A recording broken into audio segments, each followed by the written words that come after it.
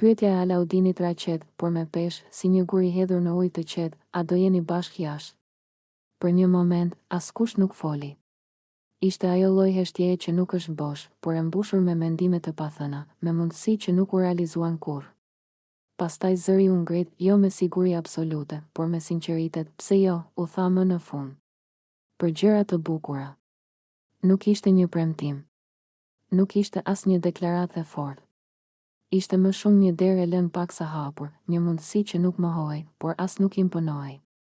Një mënyrë për të thënë se jeta jashtë nuk është bardhë dhe zi, dhe se ndjenjat nuk ecin me orar, po, vazhdoj më tej.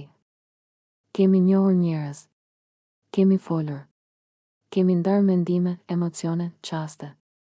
Por nuk kemi arritur të takohemi. Fjalët dolën pa justifikime. Nuk kishte fajsim, as dramatizim. Thjesht realitet. Njohje që mbetën në mes, biseda që nuk u kthyen në përqafime, ndjenja që nuk gjetën kohën dhe vendin e duhur për t'u provuar në botën reale, dhe unë nuk e imponoj dik, u tha më tej, me një ton të qartë. As për disa momente kënaqësie. As për një ndjesi kalimtare. Nuk jam ai njeri. Kjo fjali kishte peshë.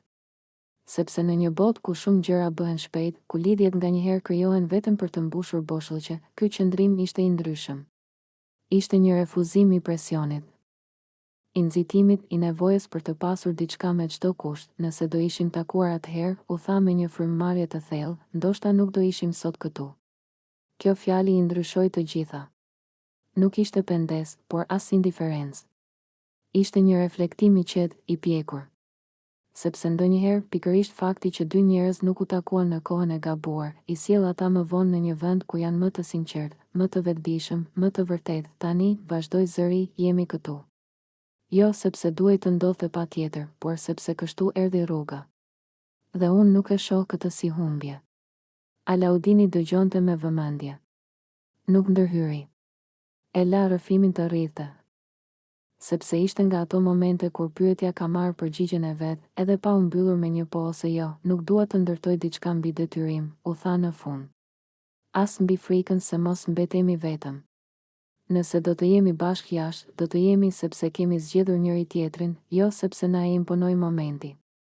Dhe aty, pa zhurmë, pa deklarata të mëdha, u kuptua diçka thelbësore. Jo çdo histori ka nevojë për fund të menjëhershëm. Disa histori kanë nevojë për hapësirë. Për kohë.